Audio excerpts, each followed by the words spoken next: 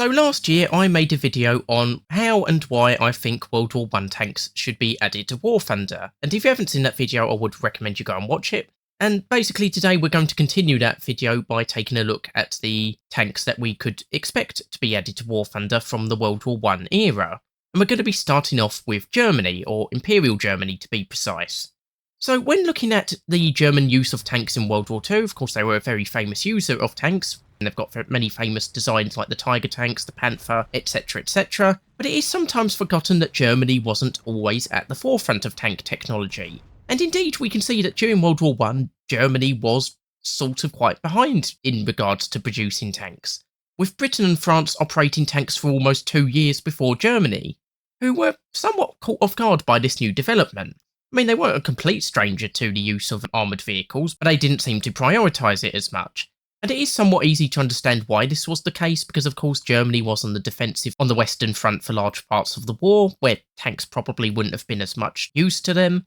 while on the Eastern Front early tanks were so unreliable that they would basically be useless in the vast expanses of the Eastern Front. But that said, Germany did make use of a large number of captured Allied tanks, and while they were behind Britain and France, they did start the development of their own domestic tank designs. They were far too late to go into service in large numbers, but we do have a decent number of rather cool and interesting designs, which we will be looking at today. So we'll start off with the A7V, which was a design headed up by Joseph Vollmer, and this does seem to have taken more inspiration from French tanks rather than British tanks, which of course had the rather famous rhomboid shape during World War I. It was also the only German tank to go into operational service and actually be produced in any decent numbers, and also took part in the only tank versus tank engagement of World War I, which is usually considered a bit of a draw because the Germans knocked out 2 British tanks armed only with machine guns, before a British tank with a 6-pounder forced the German tank to retreat, whereupon it broke down. I mean, on the face of it, you might think it's a German victory, but again, they only had 20 tanks for the entire war that they produced, so, losing one of them for 2 British tanks of which they had hundreds is not exactly a great result.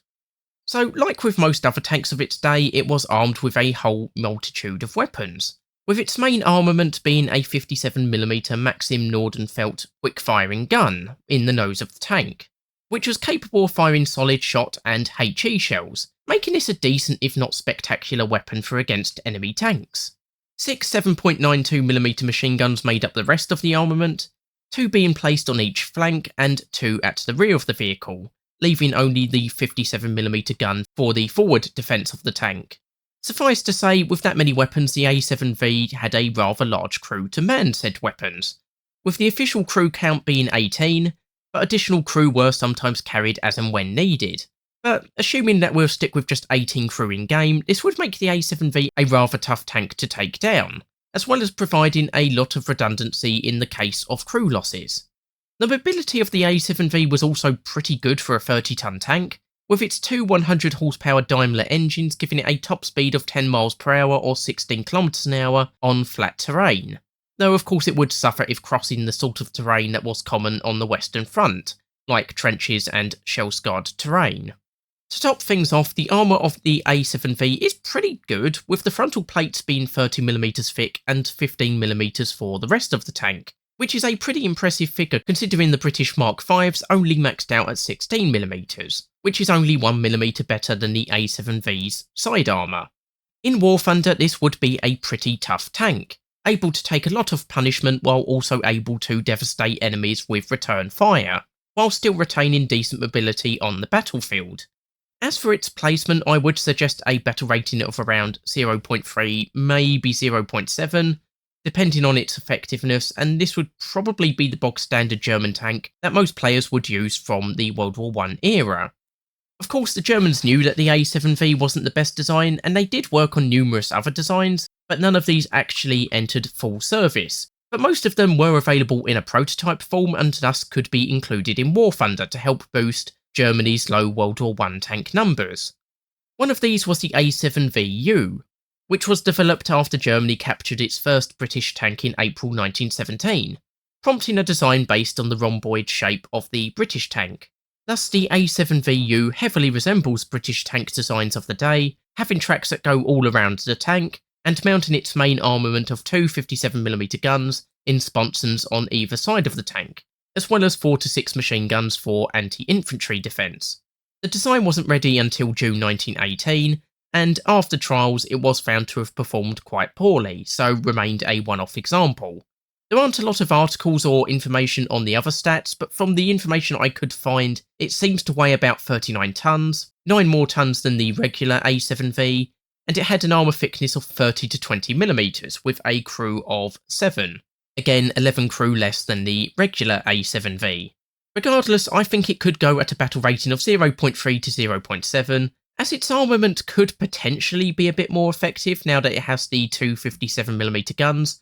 and it would fare a little bit better on muddy terrain, and I could see this being a bit of a side grade to the A7V, so you've got one more gun than the A7V, but you've got less crew, and potentially it's going to be a little less manoeuvrable on flat terrain, but will potentially do better on rough terrain, although like I say, it didn't perform very well in the trials, so we'll have to see how it would perform in game. There was also some sort of primitive anti-air vehicle design that seems to have been in testing towards the end of World War I, with at least 3 chassis being used for testing. So 2 of these seem to have been armed with 2 Russian 76.2mm guns, mounted at the front and rear of the tank on an open fighting platform, though at least one example had 1 German 77mm gun instead.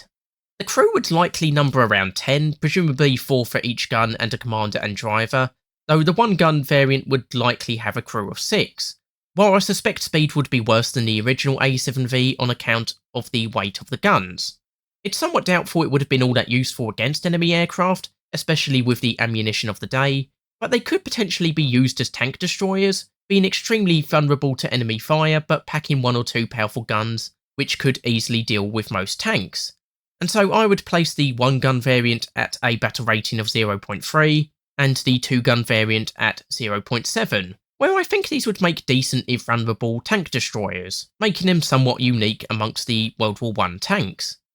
So the A7V, like I say, is probably the most well known of German tank designs of World War I, but there was also a design for a light tank, as by this point the French Renault FT17 had been produced in the thousands, and was outclassing the medium tank designs of the day, with there being 5 to 10 of these smaller FT17s for every medium tank, where they were able to outflank and overwhelm German positions with bee-swarm tactics, which were rather difficult to deal with, especially with the lack of anti-tank weapons of the day. So Germany set about designing the Leichter Kampfwagen, or LK1 light tank, with Joseph Vollmer taking the lead on the design once again, now seeing the light tanks as being the future over the cumbersome medium and heavy designs.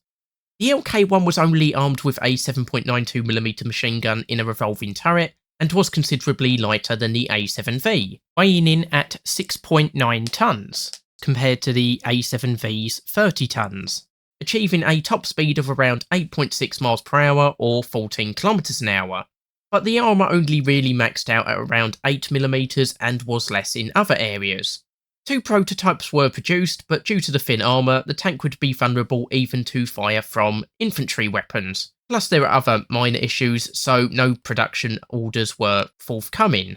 But thankfully Vollmer had already started developing an improved design named the LK2. Now some of you may recognise this vehicle as we have partially covered it on the channel before, under the guise of the Swedish STRV M21 and the improved M21-29 variant, as unassembled LK2s were smuggled to Sweden after World War I to produce the STRV M21. Compared to the LK1, this new tank could retain the machine gun in a turret, or be armed with a casemate mounted 57mm gun, which would give it a fair chance against enemy tanks, although the limited traverse of a casemate would be a disadvantage for the tank, though I'm not 100% sure if it would have any secondary armament, so it would be somewhat vulnerable to infantry and unarmoured vehicles. The armour is also better than the LK1s, with a maximum armour thickness of 14mm but a minimum of 12mm for the flanks and rear, and some sloping has been used which does help to maximise protection, though the use of riveted armour is a disadvantage. The mobility is broadly the same or maybe slightly improved, with some sources stating a top speed of 10 miles per hour or 16 kilometers an hour, while others state that it has the same top speed as the LK1. The crew count is a bit unclear, as it could in theory be operated by 2 crew members, a driver and a gunner, but in Swedish service they had a crew of 4, as there was room for up to 4 additional machine guns to be mounted, but it's unclear if the Germans would have done this, so I suspect we'd have a crew of at least 2, maybe 3 if you include a loader for the main gun. But like I say, I'm not 100% sure on that one. Again, like the LK1, only 2 prototypes were built, but this time there was an order for 580 additional tanks. And although production had started, none were actually far enough along to enter service, with the various unassembled tanks hidden across Germany and then sometimes sold on to other nations, like I mentioned earlier, Sweden, but also Hungary, who also had to keep the tanks hidden because they were also technically banned from having tanks, and so they basically kept them hidden until they felt it was safe enough to reassemble them and use them as training tanks. In War Thunder, I would suggest adding the LK2 at a battle rating of 0.3, as its 57mm gun would be at a disadvantage due to the limited traverse, but it should perform pretty well in flanking attacks, being faster than the contemporary French and British medium and heavy tanks of the day, as well as being a counter to the fast French FT-17 and British Whippet tanks. I suspect the LK1 wouldn't be added, but if it was added, I'd just add it as a battle rating 0.0 tank, because I can't imagine that machine gun's going to be too useful for anti-armour work, to be honest, although it does have the turret at least. So we've looked at the light and medium German tank designs of World War I, but Germany also designed and almost finished a heavy tank design called the K-Wagen or K-Wagen. And here we see some of the design philosophies that we tend to associate with German tank designs of World War II. Namely, the fact that it was an absolutely monstrous tank that was originally slated to weigh in at 150 tons. But Vollmer was brought in to assist the project, and he managed to trim it down to a more manageable weight. A mere 120 or 100 tons, depending on what source you're using. The vehicle was still massive though, being 13 metres long, 6 metres wide and around 3 metres tall. So the same length as the French Char 2C, while still being double the width and weighing almost 50 to 70 tons more.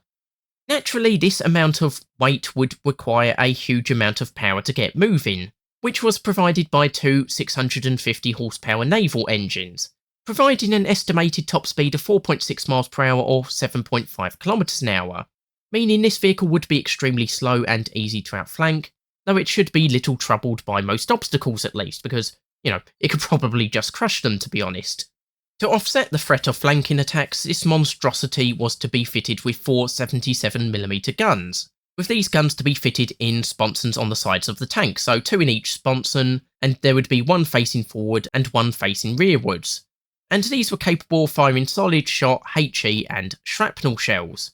7 7.92mm machine guns made up the remainder of the armament, these being positioned covering all flanks of the vehicle, other than a minor blind spot at the rear. Again, this would have required a ridiculously large crew, this time numbering 27, which would make this a very hard to knock out vehicle, as due to its large size it will be almost impossible to achieve a one-hit kill on the vehicle by knocking out all of the crew, and there would be a lot of redundancy in the case of crew losses. I mean, if you lose an entire gun crew, you can just take them off of the machine guns and still have crew spare to, replace other losses. Lastly, like with the A7V, it is a fairly heavily armoured vehicle, with the front and sides of the K-Wagen coming in at 30mm thick, which, like with the A7V, was pretty good for the day, while 20mm of armour on the roof would make this pretty tough to take out from enemy aircraft and even some large caliber HE shells.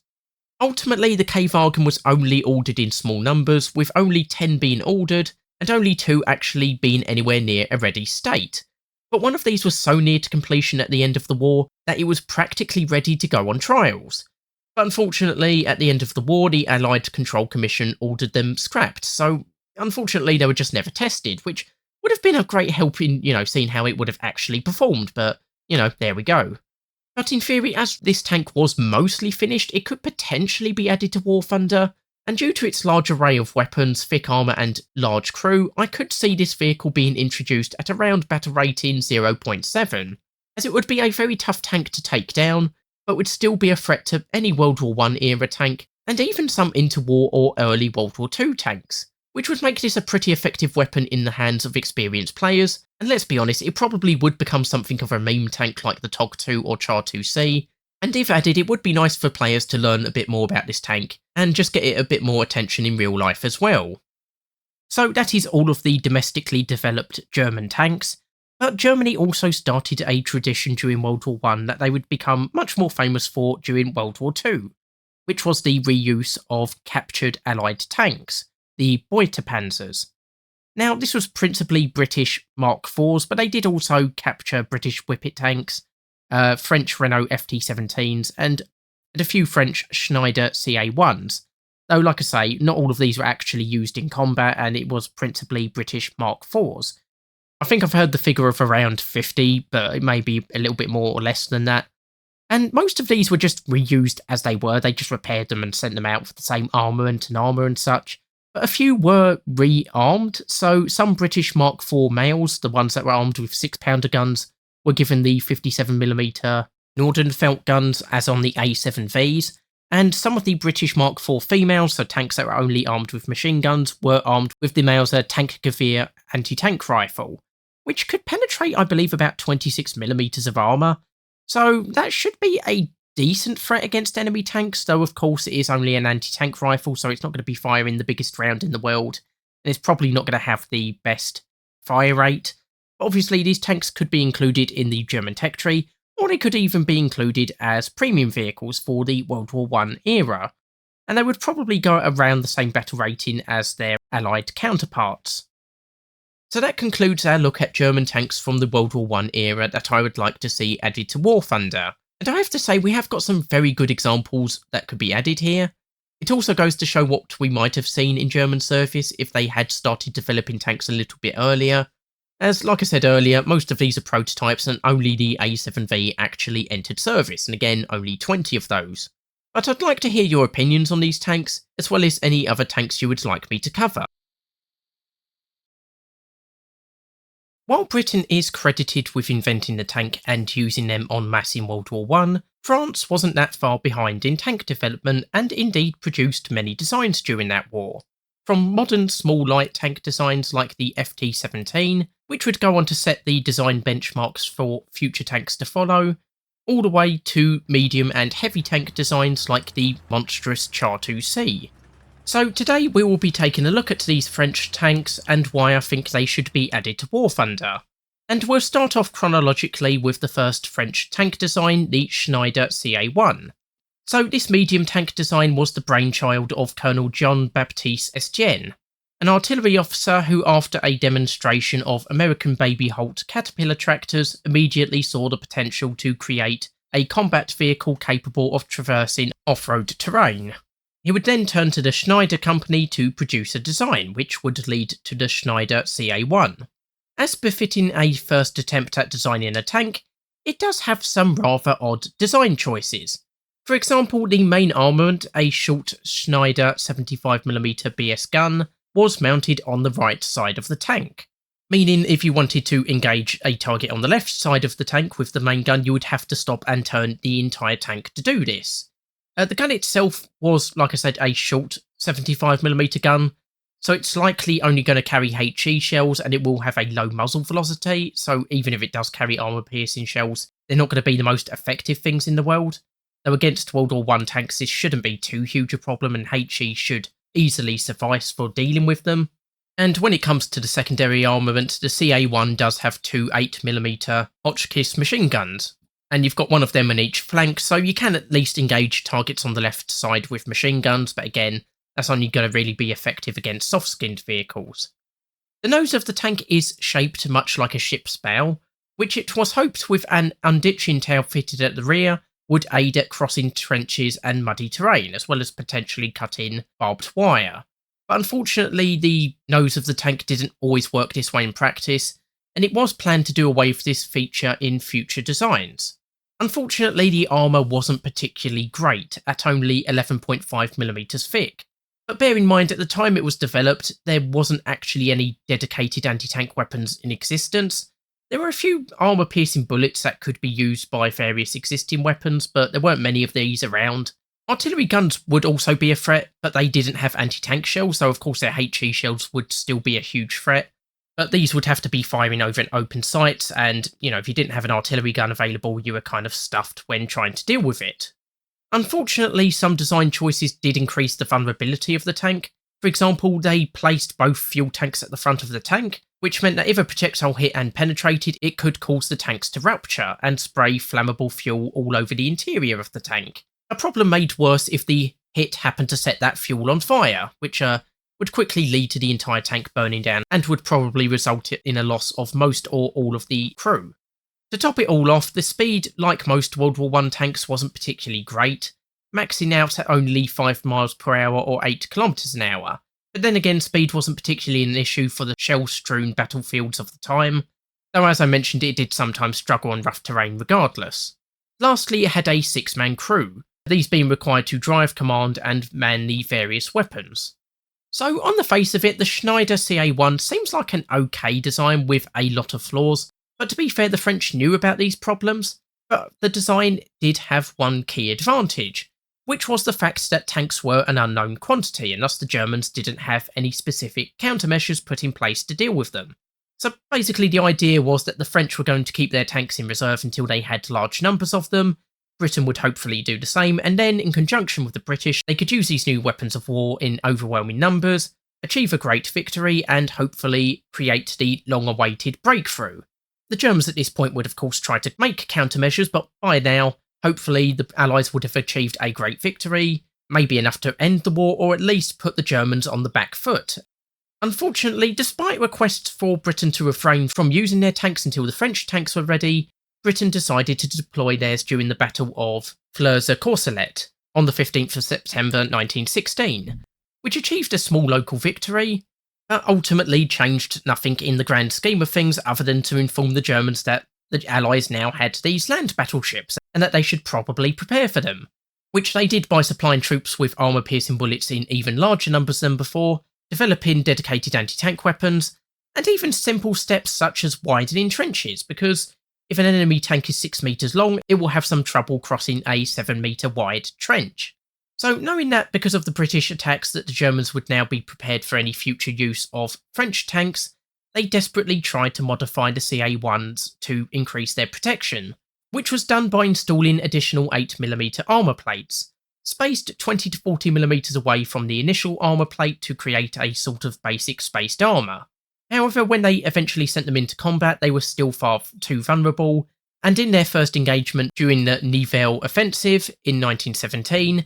nearly half of all the tanks were knocked out with heavy casualties. At this point, further modifications were carried out, with the vulnerable frontally mounted fuel tanks moved to the rear of the tank, now sitting externally either side of the rear door. So an extra door was placed on the left side of the vehicle for the crew to use as an alternate escape route.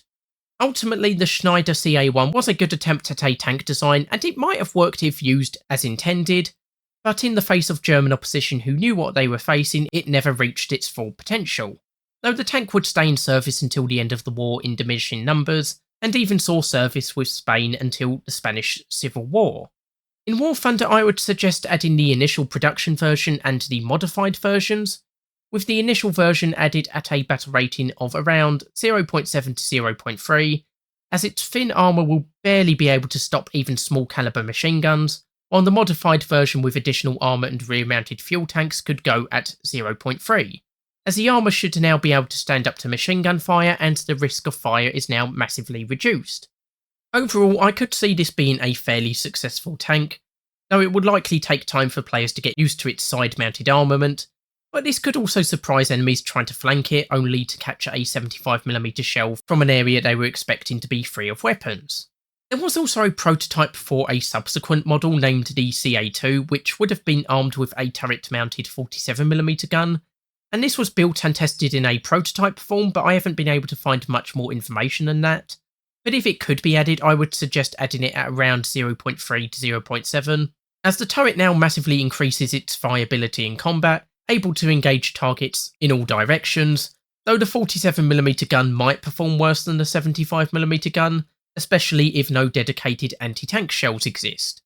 So the Schneider CA1 hadn't been the groundbreaking success France had hoped for, but luckily for the French army there was a second design in the works. Unfortunately, this design was still plagued with many issues, a noticeable one being that the hull is far longer than the tracks, leading to the nose getting stuck on obstacles or when crossing trenches to an even worse degree than the CA1. In many ways, it does seem to be an improvement to the Schneider CA1, as it now carries a nose-mounted long 75mm gun, the TR-75mm as designed by Colonel Emil Rimhalo, who coincidentally also designed the Saint-Chamond, which to me seems like a bit of a conflict of interest, as he may have been receiving royalties for each of his guns used, and thus he might have included the gun for personal rather than practical reasons, though I can't actually prove that. But in the final production version, they would replace the TR-75 with the more common Model 1897 that we have in-game. The secondary armament is then made up of 4 8mm Hotchkiss machine guns, one for the front, one for each flank, and one for the rear of the tank. It was also fitted with a rather new and unusual Proscia Colorado electric powertrain, where the engine powers an electrical generator which then feeds power to a pair of electric motors for each track. This made it far easier to steer than most conventional tanks, but added massively to the complexity and cost of the tank, while the top speed is the same as the CA1 at 5 miles per hour or 8 kilometers an hour, and the tracks would have to be widened multiple times due to being too narrow for muddy terrain. However, in-game, the electric powertrain would be a massive bonus, because of course the main armament is fitted to the nose of the tank, so being able to turn quickly to engage enemies would be a massive advantage. Armour does seem a little bit better than on the CA1, with the sources I'm using listing it at a maximum of 17mm, double that of the CA1's initial armour, and it doesn't seem to have had any issues with the placement of its fuel tanks like the CA1. Though later models did have additional armour installed, so it's possible my sources are giving the armour stats for the up-armoured version, so potentially it's a little bit less armoured than that on the initial versions, but we'd have to see how it is when added to the game. The initial versions also had a flat roof, but it was found that this would make it far easier for enemy troops to drop grenades on them, which could cause spalling when they exploded. So later models had peaked roofs to prevent this, as well as removing the cupolas, which might cause an additional issue because it does seem like the loader now has to spot targets through a small opening in the armour, which of course would be a massive weak spot for high explosive shells, and would explain why the final production version reintroduced a rectangular cupola. Lastly, the Saint-Chamond has a 8-man crew, 2 more than the CA1, which again should make it a little bit harder to knock out compared to the CA1, as well as being able to absorb losses a bit easier.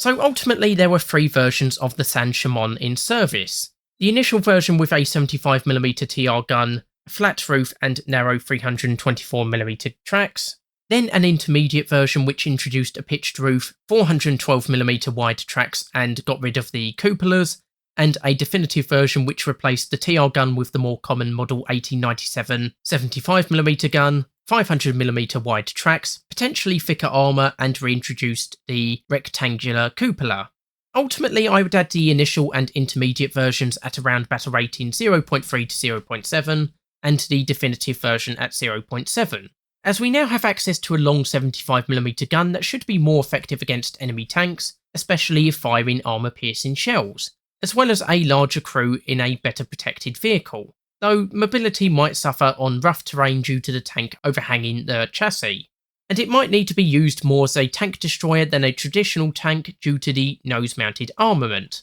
So in real life, the Saint-Chamond does seem to have fared a little bit better in combat, if only because France had somewhat learned from its initial attempts at using the CA1, plus first being used in combat on 5th of May 1917, at a time when France was starting to back away from pointless offensives for a time. Both the Schneider CA1 and Saint-Chamond would see service until the end of the war, though in reducing numbers after March 1918 as production was halted, and they were worn down by attrition, as well as being replaced by more effective designs. So for the first 2 medium tanks we've looked at, they haven't been the best designs, although not the worst either, but thankfully we now come to probably the best tank design of World War I, the Renault FT-17. Like with the CA1, the idea for this tank was spurned by Estienne, who saw the need for a lighter tank that would be easier to produce, more mobile, and could be used, as Estienne puts it, in a bee swarm, overwhelming German positions with sheer weight of numbers. Also, like with the CA1, Estienne seems to have circumnavigated usual procurement methods by pitching the idea to Louis Renault, getting a prototype built and then going to General Joffre, the Commander-in-Chief of the French Army, to support his request for production. This still took a long time and there were numerous political wranglings that caused delays, but eventually the FT-17 would go into production with a total of 3,177 completed during the war, and around 4,400 when production finally halted. Straight away, the FT-17 is much better than the previous tanks, as while it now has a smaller 37mm gun, it is in a rotating turret, making it much easier to engage enemies. Unfortunately, the 37mm gun has very low penetration. Indeed, the tanks in game that use this gun have to have access to an APCR round that they wouldn't have had access to in World War I, though standard solid shot ammunition might still suffice against the thinner armour of contemporary World War I tanks, as well as having access to small HE rounds. There was also a variant only armed with a machine gun, which might be possible to add if it has access to armour-piercing ammunition, but it would have to be a battle rating 0.0 tank in this case, I would have thought, and would probably suffer compared to the cannon-mounted variant. The armour is surprisingly good, being 6mm at its thinnest and maxing out at around 20 or 22mm. Unfortunately, the top speed is still only around 5 miles per hour or 8 kilometers an hour, but as this is a much smaller tank, it should still be more mobile than the previous tanks, especially on flat terrain, and able to manoeuvre around obstacles easier than those tanks. Of course, the crew is a bit of a downside here, as there are only a driver and gunner, meaning only one needs to be knocked out to lose the tank, while any injuries will severely reduce the crew member's ability to operate effectively, which was a problem that many later tanks would suffer in the early World War II period. I would suggest adding the FT-17 at around battle rating 0.3, as while we now have a turreted tank, it is still armed with the ineffective SA-18, while the two-man crew will make this very vulnerable in combat, though the armour and mobility are decent enough and it should find success in flanking attacks against lumbering behemoths used by the other nations. There was also a variant of the Renault tank named the FT-17BS, which basically had a short 75mm howitzer installed in the turret. The rest of the stats should be broadly the same, but I would place this at battle rating 0.7, because the 75mm gun should be a massive step up from the 37mm gun, so this should just be a straight upgrade to the regular FT-17. So with the FT-17, France now had what seems like a war-winning tank, helping to usher in an end to the trench warfare of the Western Front, and setting the standard for all future tanks. However, there was still a desire for heavier tanks to be introduced, heavier than the CA-1 and Saint-Chamond, and the design chosen by France to be its new heavy tank was the 69-ton Char 2C, which wouldn't be exceeded in weight until the Tiger II of World War II, and would have been an absolute monstrosity if it had been finished in time for combat in World War I. However, there was a smaller but more practical rival design to the Char 2C, this being the FCM-1A, and visually it looks like it could have been a World War II design in many respects. Weighing in at 40 tons, this is still a pretty big tank, but nearly half the weight of the Char 2C, though its top speed of 6.2 miles per hour or 10 kilometers an hour is still slower than the Char 2C, though it still has a better horsepower-ton ratio than the previous French tanks. The main armament is a 105mm howitzer in a turret, no doubt able to one-shot practically any tank from the World War I era, and even into the early World War II era. It also carried two 8mm Hotchkiss machine guns, one to the right of the main armament and one in a bow position. The armour was also pretty good, maxing out at 35mm, far thicker than the armour of the previous French tanks and immune to most weapons of the day, especially at longer ranges, with the side and rear armour coming in at 21mm, which was still better than the earlier design's frontal armour. Lastly, it initially had a crew of 7, but this was later reduced to 6, as originally there were 2 crew to move shells from the hull to the turret, but it was found that 1 crew member was sufficient to do this job. Ultimately, despite many plus points to its design, the Char 2C was chosen for adoption over the FCM-1A. This wasn't quite the end for the vehicle, as testing was still conducted, including replacing the 105mm howitzer with a long 47 or 75mm gun. But in the end, it ended up as a monument of sorts outside the Versailles tank school until 1940, when it was presumably scrapped by the Germans. But despite its inglorious end in real life, it could still do pretty well in War Thunder. Indeed, with its stats, I reckon it could be added at a battle rating of 1.3, as its armour isn't too much worse than the Char 2C Bis at 1.7, while still being armed with a pretty hard-hitting weapon that can easily kill most World War I enemies in one shot, and even some of the early World War II vehicles, with its only downside being its slow speed. So I hope you've enjoyed this video looking at French tanks from World War I that I would like to see added to War Thunder, and I'd be interested to hear your thoughts on these vehicles or any other vehicles you would like me to cover in the comments below. I've been Toreno, and I'll see you next time. So having looked at French and German World War I tanks that I'd like to see added to War Thunder, it's now time to take a look at the British tanks, and these are probably the sort of tanks most people associate with World War I, these being large heavy tanks with their armament housed in side-mounted sponsons, and with tracks that go around the whole tank. And we will be looking at these designs today, as well as some other designs that were used by Britain during World War I. So we'll start off chronologically with the first British tank to enter service, the Mark I, which first went into action on the 15th of September 1916 during the Somme offensive. Now, when it comes to British heavy tanks, you should bear in mind that there were two variants. There would be the male tanks that were fitted with two 6-pounder guns in the sponsons, as well as machine guns elsewhere, while the female tanks had only 6 machine guns in the sponsons and elsewhere. So on the Mark I there was the two 57mm 6-pounder guns and then 4 machine guns. So the 6-pounder guns were ex-naval guns, and they weren't specifically designed for anti-tank work, but they should still perform decently enough against enemy tanks, whether they are firing HE or solid shot shells, because tanks during this period weren't particularly heavily armoured, so they should manage against enemy tanks. And bearing that in mind, it is easy to imagine with this tank weighing 28 tonnes that it must be fitted with heavy armour. But the reality is that the armour doesn't really go beyond 10 to 12mm, which is more than enough when protecting against regular small arms fire, but would struggle against large HE shells or dedicated armour-piercing bullets and shells. And on the Mark I there are some design choices which do make it a little bit more vulnerable. For example, there are two 25-gallon fuel tanks fitted in the nose of the tank, so of course if they're hit then you're probably going to have a big fire or possibly explosion. And at the rear of the sponsons there is a little gap for dropping out spent shell cases. So in-game, if you pop a HE shell there, it's going to explode and, obliterate anyone in the sponson and possibly destroy the entire tank. And in real life, according to the Tank Museum, during the first battle that the tanks were used in, a German soldier bayoneted a tank crew member through this gap, which is absolutely insane, and I have to wonder what was going through that man's mind when he decided to, bayonet a tank and actually successfully do so.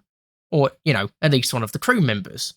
You might also notice in some of the pictures that some of them are fitted with a wooden roof with chicken wire, and basically this was used to keep out grenades, but if it was included in game it would probably be a bit of a disadvantage because it might set off HE shells, allowing for quick roof kills, so I suspect they should be added without the wooden roofs.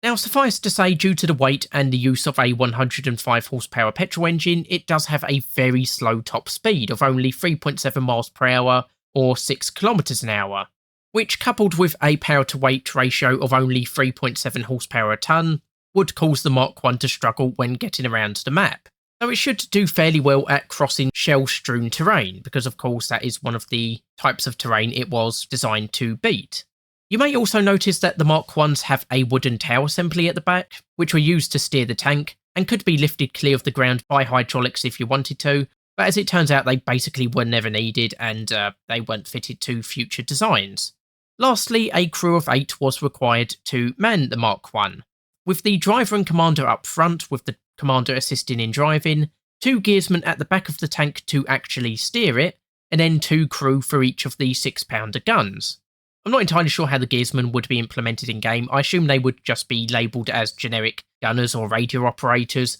because I can't imagine it would be very fun to be immobilised after 1 or 2 of them have been knocked out. So I think in the game it would just work as, as if only the driver was needed to operate the vehicle. So when added to War Thunder, I could see this being a 0.3 tank, because of course it is a bit of a glass cannon in that it has very powerful 6-pounder guns, but does suffer a little bit in regards to armour, plus its very slow speed. But low mobility is a common problem amongst most World War I tanks, and if they designed, World War I specific maps where there would be very harsh terrain, it would probably do a little bit better than other tanks. And overall, I think it would be a popular tank once players get used to operating the twin armament, and it would be nice to see the first operational tank available and given some attention in War Thunder. So Britain had developed and was ready to deploy this new and devastating weapon, which of course the Germans didn't have that many countermeasures for, except for firing over open sights with artillery guns, or using some of the very rare armour-piercing bullets. However, Britain then committed a bit of a blunder by deploying the tank pretty early on at the Battle of Flers-Courcelette. So only 32 tanks were available to take part in the battle, and while they did manage to achieve a small local victory, it also sent a massive, loud and clear signal for the Germans to start developing countermeasures. For example, giving out more armour-piercing bullets, developing dedicated anti-tank weapons, and even small actions like widening trenches, because of course if the trench is wider than the tank, then the tank will have a lot of trouble crossing it. And like I said, it was a bit of a blunder because France had warned against deploying the tanks until both nations had large numbers of tanks to use. Obviously, the idea was to force a breakthrough, end the trench warfare, and hopefully bring back a return to mobile warfare. And by the time Germany would have developed countermeasures to deal with these new tanks, hopefully a great victory would have been achieved. But like I say, they were deployed early, and so this didn't happen. And so future British and French tanks would have to deal with a much more prepared enemy. And overall, only 150 Mark Is were built, and then work started on new designs. So the next two tanks were the Mark II and Mark III, which were intended as training tanks. The Mark IIs were made of unarmoured steel, but a few were sent to the Battle of Arras in 1917 due to a shortage of tanks, but the Mark III was just used for training, so I don't think those two tanks could be added. But we're now going to skip ahead to the Mark IV, which was the first mass-produced tank, and could be considered a bit of a minor upgrade to the Mark I. So the armour has been somewhat improved, not really thickened as such with regards to the maximum armour, but now 8mm armour extends further back along the sides compared to the previous tank, and this gives much better protection. And as such, the Mark IVs are now practically immune to the new German armour-piercing K bullets that had been issued to deal with the Mark Is. The internal front-mounted fuel tanks have also been moved to the exterior of the rear of the tank, and that's in its own armoured 70-gallon container, so now there is a much reduced risk of fire or explosions from the fuel tank being hit. However, when it comes to the armament, there has potentially been some big changes, as while the male tanks are still fitted with two 57mm 6-pounder guns, these have shortened barrels at only 23 calibers long compared to 40 calibers long for the original 6-pounders. And basically this was done because the original barrels were found to be too long and would catch on terrain and other objects, and so the barrels were shortened to mitigate this.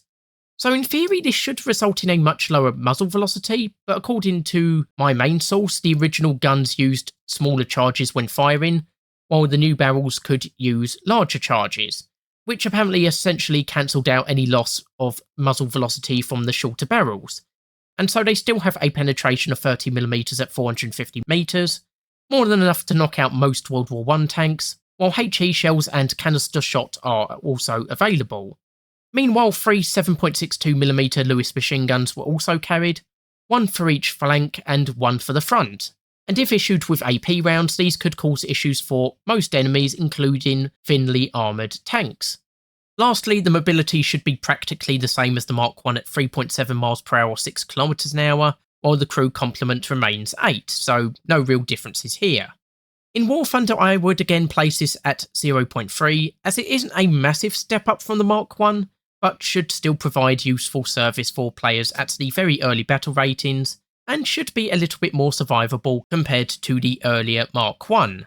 In real life, 1,220 Mark IVs were built, and they would serve from May 1917 until the end of the war and beyond, even taking part in the first tank-v-tank battle against a German A7V. Ultimately, though, the Mark IVs would slowly be replaced by newer models as time went on, and they were considered obsolete by the end of the war. Interestingly, one of the battles that the Mark IVs took part in large numbers, the Battle of Cambrai, resulted in a lot of these tanks being abandoned and recovered by the Germans, who had also become a major user of this tank, with at least 30 recovered and used by them.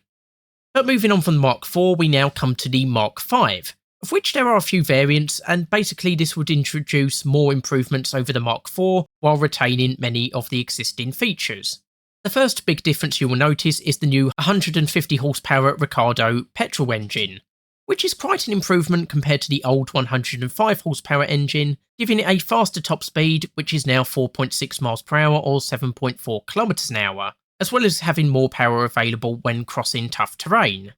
A new system for steering was also introduced, allowing the driver to steer the tank independently without the use of the gearsman, who are now freed up for other duties within the tank, while the commander is now in a cab at the rear of the tank rather than with the driver up front, potentially reducing casualties in the event of a frontal penetration. Other than this, its stats are about the same as the Mark IV, with the same two 57mm 6-pounder guns and four 7.62mm Hotchkiss machine guns, one for the front, each flank and the rear of the tank. I would again place this at about 0.3, as again this is an improvement, but it's not a wholesale improvement over the previous tanks, still being fairly slow and having broadly the same armour and armament. But again, it could make a good vehicle to use, and I think should be the start of a folder of vehicles, because of course there are other variants we will look at in a second.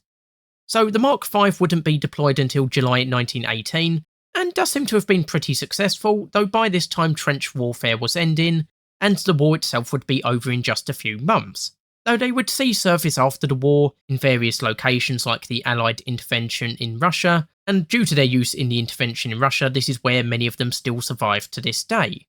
There would be at least two variants of the Mark V called the Mark V Star and the Mark V Double Star, with the Mark V Star having a longer length, allowing it to cross trenches of up to 4 metres wide, compared to the 3 metres of the original Mark V, though at the cost of increasing the weight of the tank to 33 tonnes. Interestingly, up to 15 infantry and 4 machine guns could also now be carried into battle in the tank, though this didn't tend to work out due to the harsh conditions within the tank severely impacting their ability to fight upon exiting the tank. And so I doubt they would be modelled in-game, though if they could, having a few extra crew members would be handy. The Mark V Double Star was also lengthened, but was also fitted with an even more powerful 225 horsepower petrol engine, no doubt giving it a better top speed and acceleration, and it was also fitted with wider tracks to improve the ground pressure of the tank, while more mounts for machine guns were fitted throughout the tank.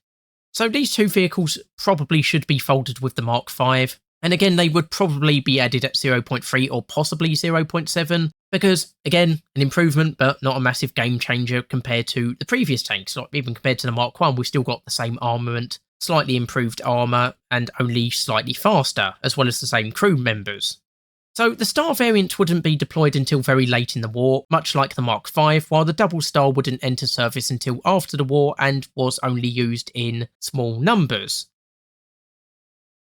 There would subsequently be a Mark VII developed, but only a few of these were built, and it seems to have been more of a testbed for various systems. So the last of the heavy tanks to actually be developed and enter service was the Mark VIII, also known as the International or Liberty tank, which was a heavy tank developed jointly by Britain and the United States, with the idea that this would be a common tank used by the British, French and American armies, though the British and American versions would have some differences between them. The design itself was actually pretty good, though it wasn't finished until after the war, but it finally did away with the male and female variants of the tanks, instead being a universal tank with all of them armed with two 57mm 6-pounder guns and up to 7.62mm Hotchkiss machine guns, these being mounted in the main turret area at the top of the tank and 2 in each flank of the hull, providing a good all-round field of fire, except at the immediate rear of the tank,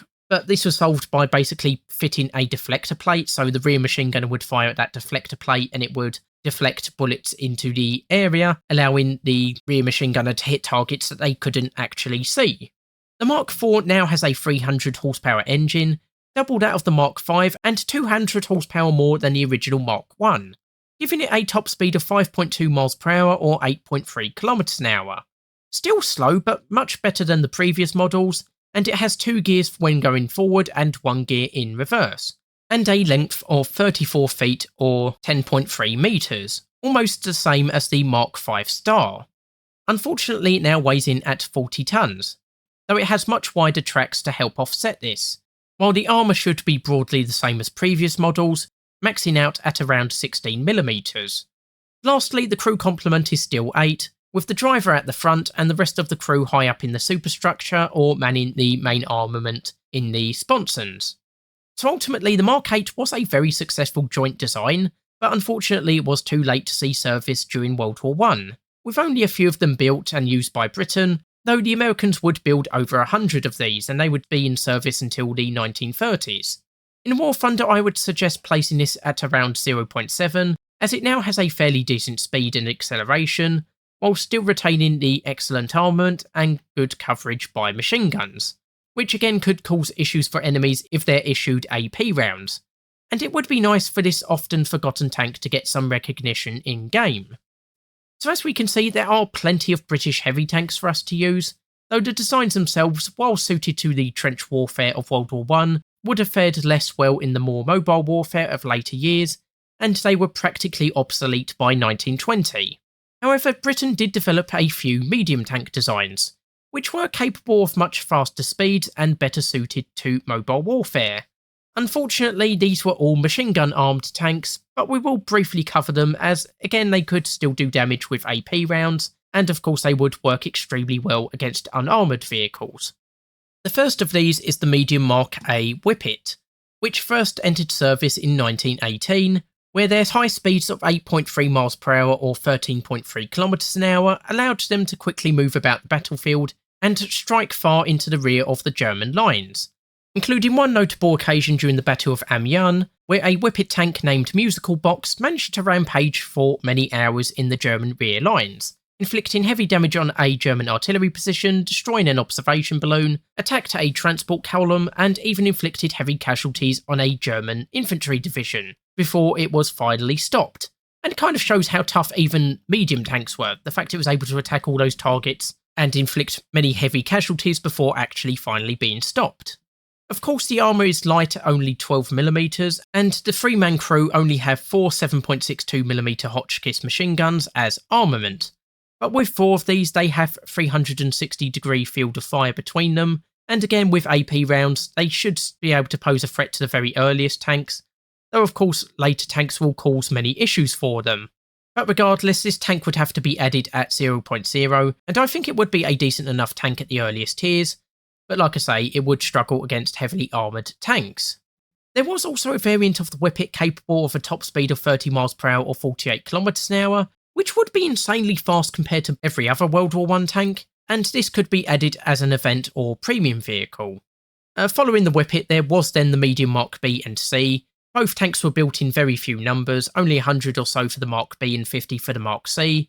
but these both had a crew of 4 and were capable of top speed of 6 miles per hour and 7.9 miles per hour respectively. So slightly slower than the Whippet, but they were also larger tanks, being longer and heavier than the Whippet, and carried more machine guns, the B having up to 7 and 5 for the C. And again, they had a similar maximum armour thickness to the Whippet. And like the Whippet, they would have to be added at 0.0, and again they would likely have some success, but potentially could play a little bit worse due to their lower speeds compared to the Whippet. But before we finish off completely, we have one last vehicle I would like to look at, the gun carrier Mark I, which was a vehicle that was designed to carry 6-inch howitzers or 60-pounder guns across the battlefield, as this was often not possible for wheeled vehicles. However, thankfully for us, the 6-inch howitzer could be fired from the gun carrier, meaning it could be introduced to War Thunder as a primitive tank destroyer or SPG vehicle. The 12-man crew would be somewhat vulnerable to enemy fire due to the openness of the firing platform, but the gun itself would be pretty powerful, able to fire a 100-pound or 45kg HE shell with an explosive content of just under 5 kilograms, which should give it a penetration of around 45 to 50mm, which is more than enough to deal with any World War I era tank and even later tanks. The only problems with this vehicle are its top speed, which is only 3.7 miles per hour or 6 kilometers an hour, and also potentially the amount of depression for the gun, which I wasn't able to find. Either way, if it could be added, I would suggest a better rating of around 0.3 to 0.7, as it is still a pretty powerful vehicle, and it could even be used in an artillery role by those skilled enough to do so. So that's it for this episode looking at British tanks of World War I that I would like to see added to War Thunder. I'd also be interested to hear your views on these vehicles and any other vehicles you would like me to cover. I've been Toreno and I'll see you next time.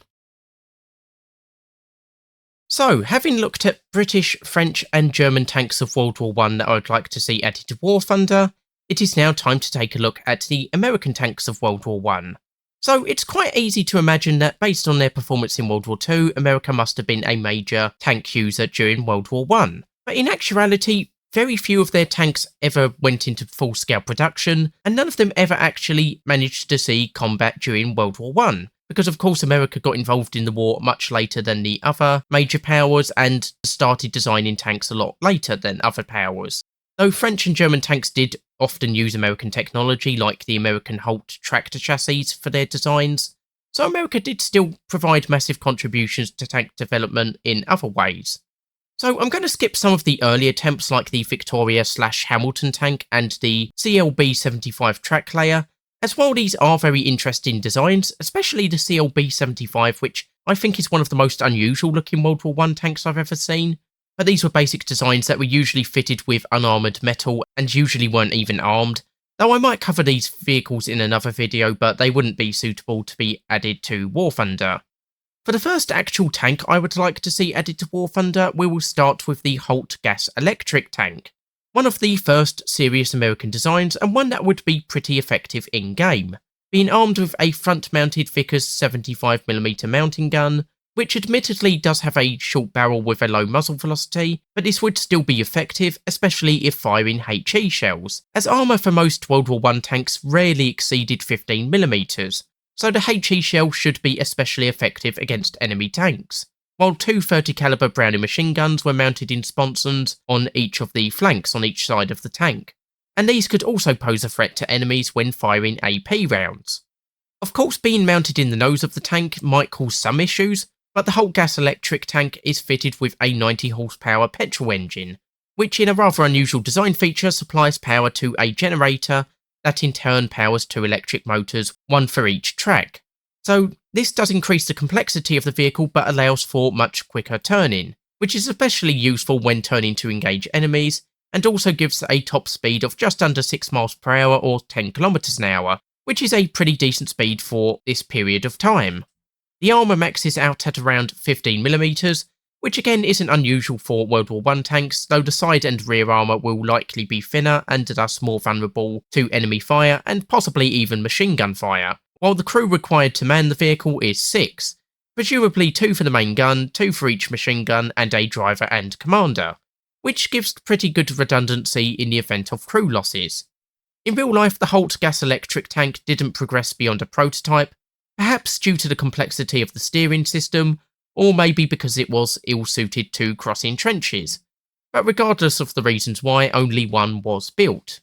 In War Thunder though, I would suggest adding it at around battle rating 0.3, maybe 0.7, depending on how well it performs, as it does have a very good armament and the ability to turn quickly, while the armour and 6-man crew do make it a tough tank to take down,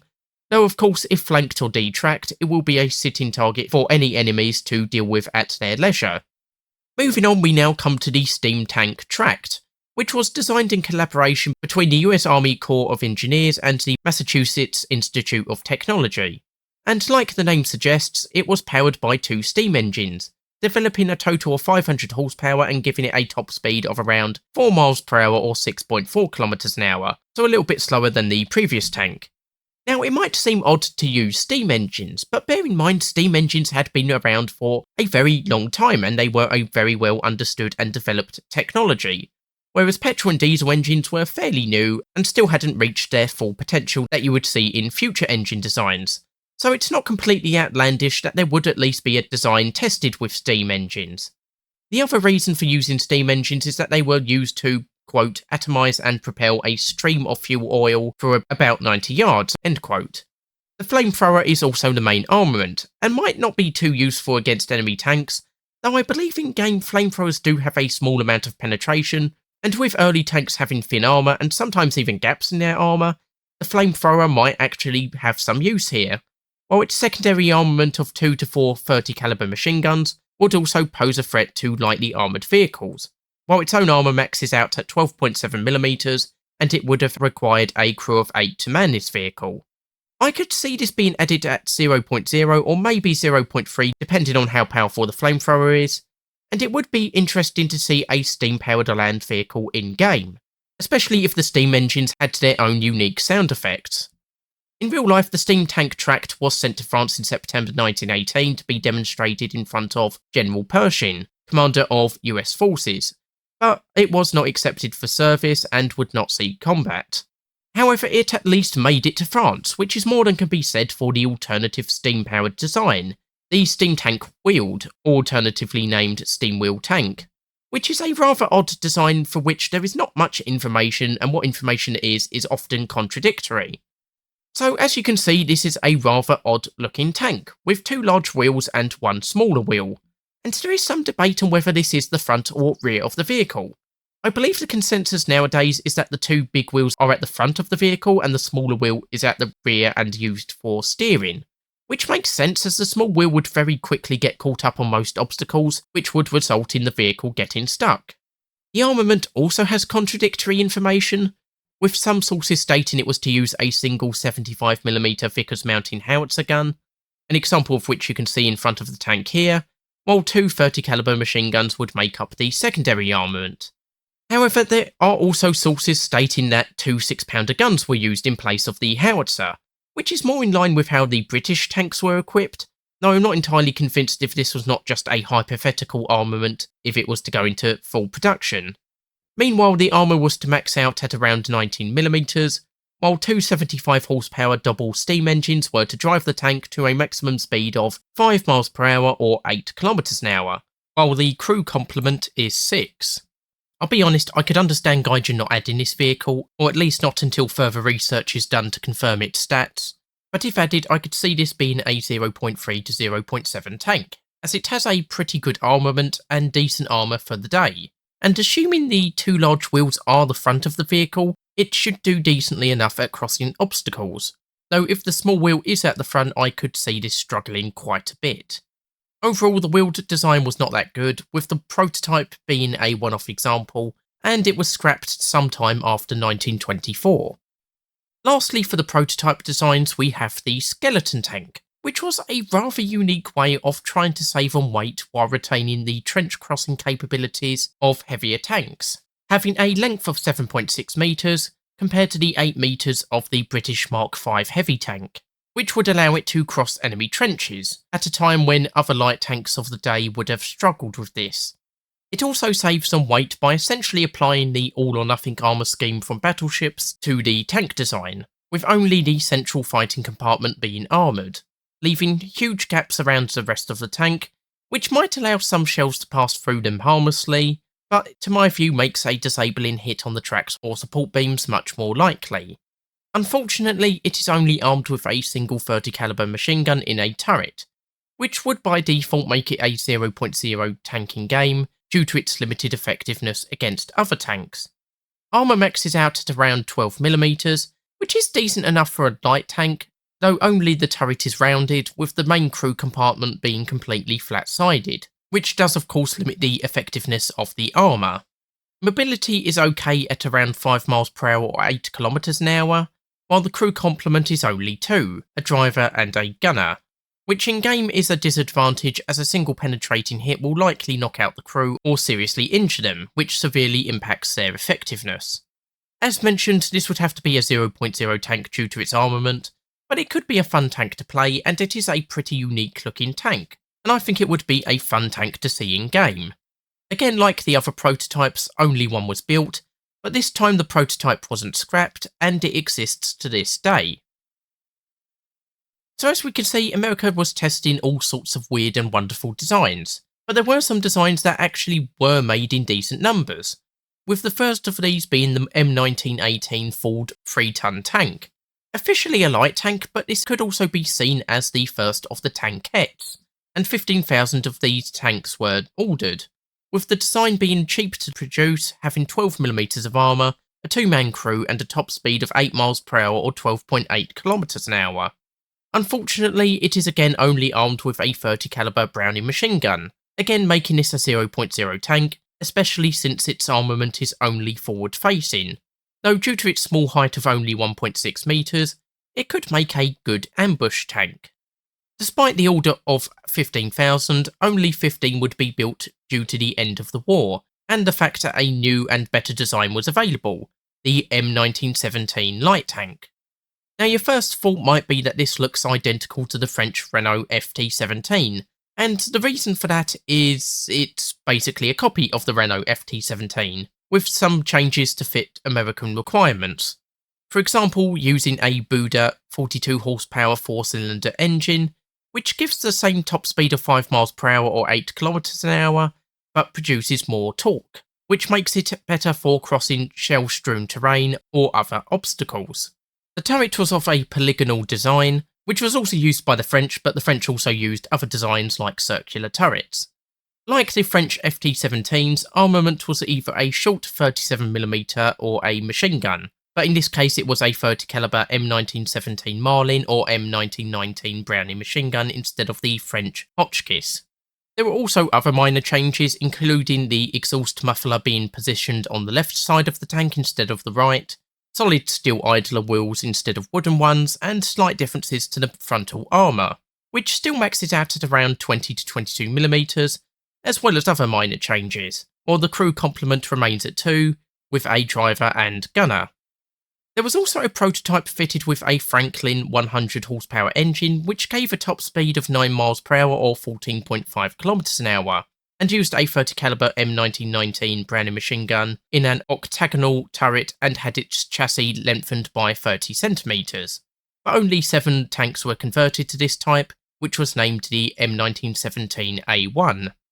For the variants with the machine guns, these should be added at 0.0, while the variants with the 37mm guns would go at 0.3, as the 37mm gun is the same one as used on existing tanks already in-game and would not have access to the APCR round as in-game, while the use of a 2-man crew would make the tank vulnerable in-game. But I think it would still work pretty well, if only due to having a turret unlike so many tanks of this era, giving it a huge edge over its enemies. In real life, this wouldn't enter service in time to see combat in World War I, though 952 would eventually be completed after the war. But the M1917 would see action during various riots, the attack on the Bonus Army in 1934, and many would eventually be sold to Canada for scrap value during 1940, so that they could be used to train tank crews during World War II. Of course, the US Army also required a heavy tank, and here we get to revisit the Mark 8, also known as the Liberty or International tank, which we previously covered in the episode looking at British tanks. Basically, this was a joint design between Britain and the United States, which was to equip all of the Allied armies, with Britain providing the armament and armour, and America providing the mechanical components, which would all be shipped to a factory in France, which would then produce them. However, despite this, in American service there would be some minor differences to the British version. For example, the engine used was now a Liberty 300 horsepower V12 aero engine, giving a top speed of around 5.2 miles per hour or 8.3 kilometers an hour, which is decent enough for a heavy tank weighing 40 tons. The armament was to be 2 57mm 6-pounder guns mounted inside sponsons on each side of the tank, and up to 7 30 caliber machine guns, though some sources state that this was later reduced to just 5, but these could be placed in the sponsons on each side of the tank, and 5 could be placed in the upper works, with a deflector plate allowing the rear gunner to hit targets within the blind spots towards the rear of the tank. Meanwhile, the armour was a maximum of 16mm and the crew complement was about 8, consisting of a driver, commander, 4 men for the 2 main guns, and the rest to man the machine guns. So much like the British version, I would suggest a better rating of about 0.7, as it has 2 excellent guns, a large crew, and a decent if not spectacular speed, while also able to engage enemies in all directions with its machine guns. In real life, the Mark 8 would arrive too late to take part in World War I, though America would still assemble 100 of these tanks using the various already produced kits, with these serving until the 1930s, by which point they were pretty worn out, with all but 2 of them eventually being scrapped. So as you can see, America has plenty of tanks to choose from in-game, but in real life, they didn't have any domestically produced tanks to actually use on the battlefield, or not actually delivered on time to sea service on the battlefield, so they had to rely on using French and British produced tanks, namely 214 French Renault FT-17s and the British Mark Vs, with 213 of the FT-17s and 28 32 Mark Vs shipped back to the United States after the war. Oddly enough, the Mark Vs were supposedly seen as the best of the tanks in service with the US Army in the aftermath of World War I, with the Mark 8 seen as too large and cumbersome in the aftermath of trench warfare, and the FT-17s and M1917 were seen as too small and mechanically unreliable. Though due to being available in large numbers, the light tanks would remain the mainstay of American tank forces for much of the interwar period. So that's it for American tanks of World War I that I would like to see added to War Thunder, and I'd be interested to hear your views on these tanks and any others you would like me to cover. I've been Toreno, and I'll see you next time.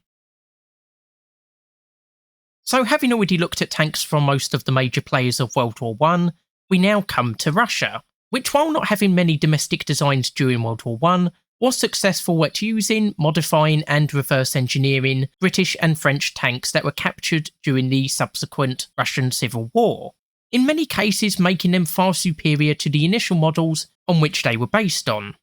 Of course, during World War I, while a need for armoured vehicles capable of crossing trenches and bringing heavy firepower to the enemy was quickly realised on the Western Front, this wasn't such a big issue on the Eastern Front, where on the vast expanses of the Eastern Front, trench warfare was much less common and mobile warfare was far more common, which along with tanks being slow and mechanically unreliable, resulted in far different requirements for tanks compared to the other nations on the Western Front. Coupled with the fact that nobody had actually created a tank before, many nations took inspiration from different areas. For example, German and French tanks took much inspiration from American Holt tractors. Russia, on the other hand, when developing their first tank, the Tsar tank, seems to have taken more inspiration from a penny farthing bicycle, with the design having two massive wheels at the front of the tank and one small wheel at the rear of the tank for steering, somewhat similar to the later American wheeled steam tank design.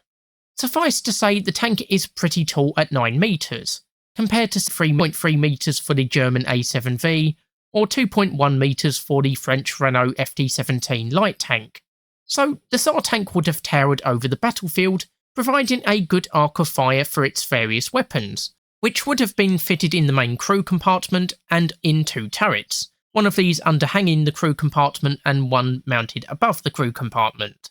Unfortunately, I haven't been able to find what the intended weapons were, or if they were even fitted to the tank, though I suspect some larger cannons would have been installed, with the remainder of the armament made up by machine guns.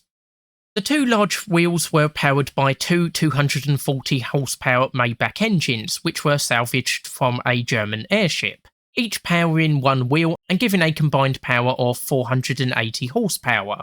This is a large amount of horsepower available for the design, bearing in mind this design was from the 1914-1915 period, compared to the Mark 8 heavy tank from the end of the war, which had an engine with about 300 horsepower available, though that tank weighed just under 40 tonnes, while the Tsar tank weighs in at around 60 tonnes. As such, the Tsar tank was said to be capable of a top speed of 10.5 miles per hour or 17 kilometers an hour, almost double the top speed of the late war Mark 8 heavy tank, and a factor that would have been desirable for use on the Eastern Front, where large distances would need to be covered compared to the Western Front.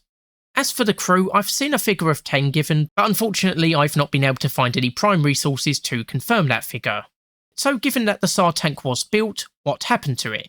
Well, like I say, it was built and it was sent out on trials, with these tests initially starting out well, but eventually the small rear wheel got stuck in soft mud and it was unable to be freed, even with the 2 powerful engines driving the vehicle.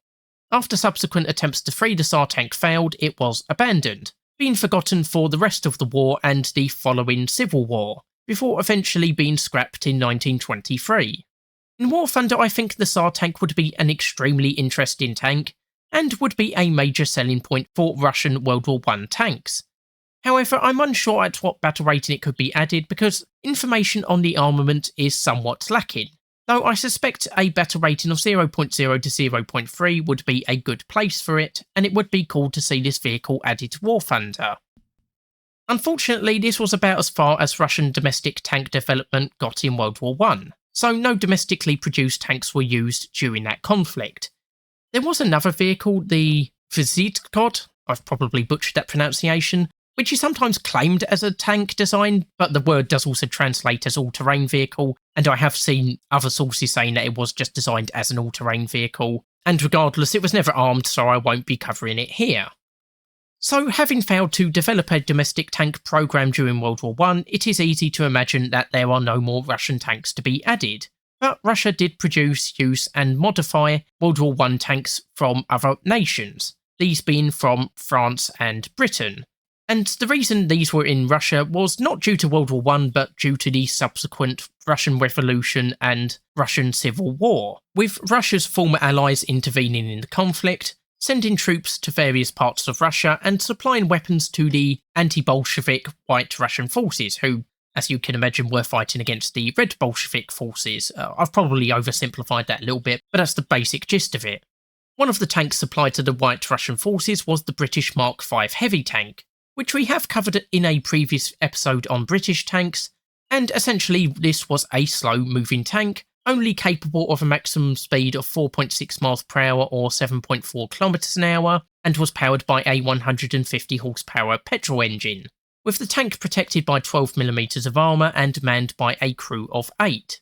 When it comes to the armament, this depends on the variant, with male variants being armed with two 57mm 6-pounder guns in 2 mounted sponsons on each side of the tank, as well as 4 7.7mm Hotchkiss machine guns, while female variants only had 6 7.7mm Hotchkiss machine guns, which could still be a threat to other tanks when firing AP bullets.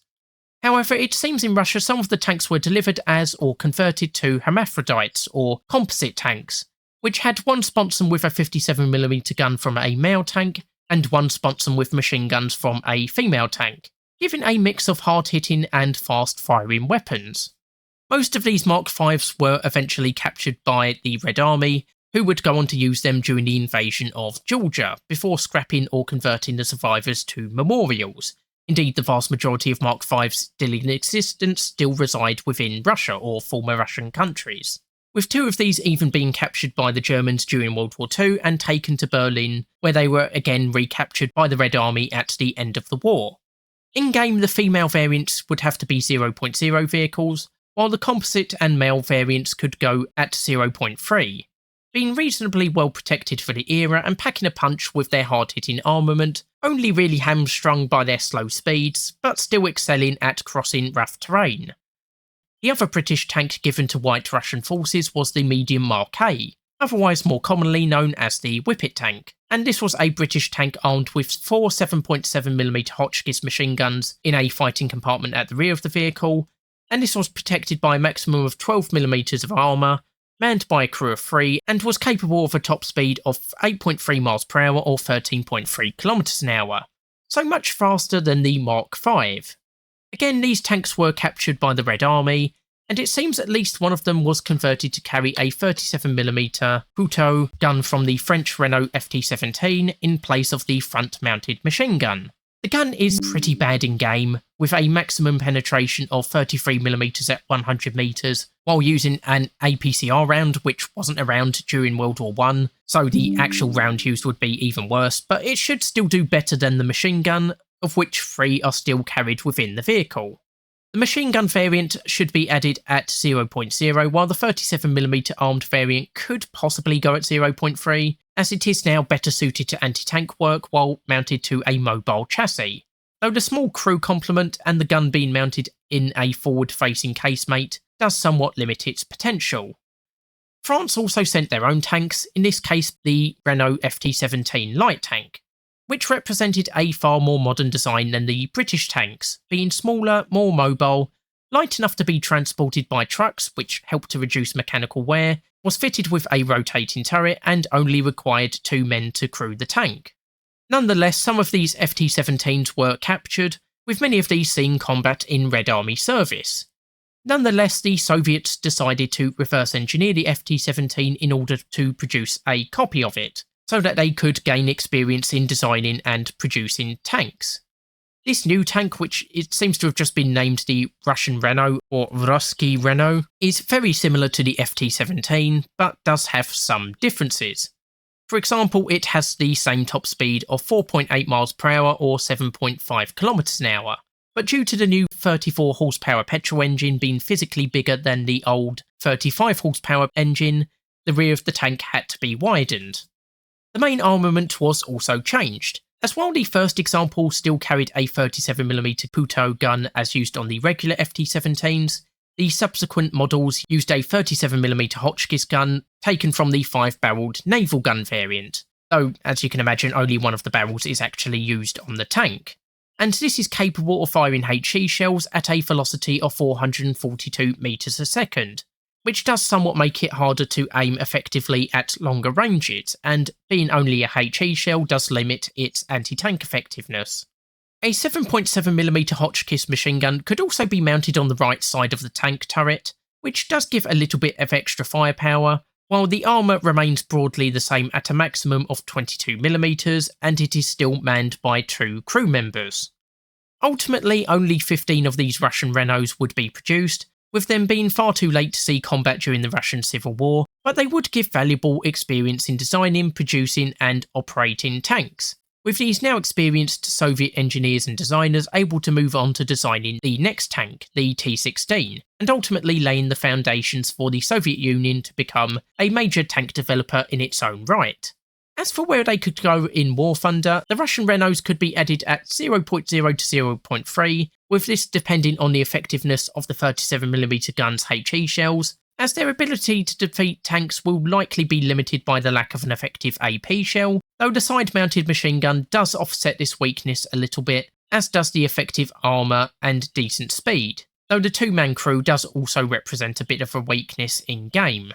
While the original French variants could go at 0.0 for the machine gun variants and 0.3 for the 37mm gun variants. So that's it for this episode looking at Russian tanks of World War I that I would like to see added to War Thunder. I'd also be interested to hear your views on these vehicles, as well as any other vehicles you would like me to cover. Anyway, hopefully you enjoyed the video. I've been Toreno, and I'll see you next time.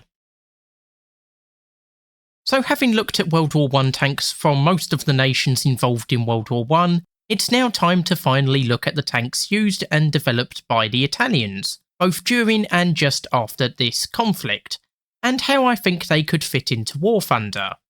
So as we've touched on in previous episodes, tanks primarily came about on the Western Front due to the need to break trench warfare, so tended to be large lumbering machines with slow speeds. While on the Eastern Front, tanks developed by Russia tended to emphasise speed due to the fast distances on this front. For the Italians, they were fighting primarily in mountainous areas and valleys, with at least 12 battles occurring in the Isonzo Valley over the course of the war, and these terrains tended to be unsuitable for large tanks, which was something that would affect Italian tank designs all the way up to just before World War II. Though of course there was more suitable terrain for tank use nearer the coasts and in the Italian colonies. Given these limitations, Italy surprisingly decided to start off by designing the Fiat 2000, which was a heavy tank that would end up weighing 40 tons when finished, becoming the heaviest tank to go into service in World War I. Being a heavy tank, the Fiat 2000 was heavily armoured, with the main structure of the tank being 20mm thick, reducing to 15mm at the rear of the tank, while armoured skirts protected the tracks. This might not sound like a lot of armour, but bear in mind the armour for most other tanks of this time rarely exceeded 15mm, so this is a pretty well protected tank in that context. But in game the armour might potentially perform even better because this is actual battleship armour, or more specifically vanadium armour plate that was originally intended for the Italian battleship Cristoforo Colombo. I've probably mispronounced that. A battleship that would be laid down but never actually completed. And so this armour might actually be better quality than that usually seen in game, though whether Gaijin would decide to actually implement it in that way, I'm not sure. The armament is also pretty impressive, with a 65mm mounting gun in a rotating turret, and this was capable of firing AP, HE and shrapnel shells to good effect against enemies. It was also capable of firing an EP or a Fretto Pronto shell, and an EPS or a Fretto Pronto Special shell, the former acting as a basic Hess shell and the latter as a heat shell. But as these are more modern ammunition types, I doubt they would be available on the Fiat 2000, at least not in its World War I configuration. To round out the armament, 8 6.5mm Fiat machine guns were fitted throughout the tank, 3 at the rear, 2 at the front and 1 on each side, giving 360-degree coverage of the tank. Unfortunately, due to its extreme weight and only using a 250 horsepower petrol engine, speed is extremely limited, maxing out at only 4.6 miles per hour or 7.5 kilometers an hour,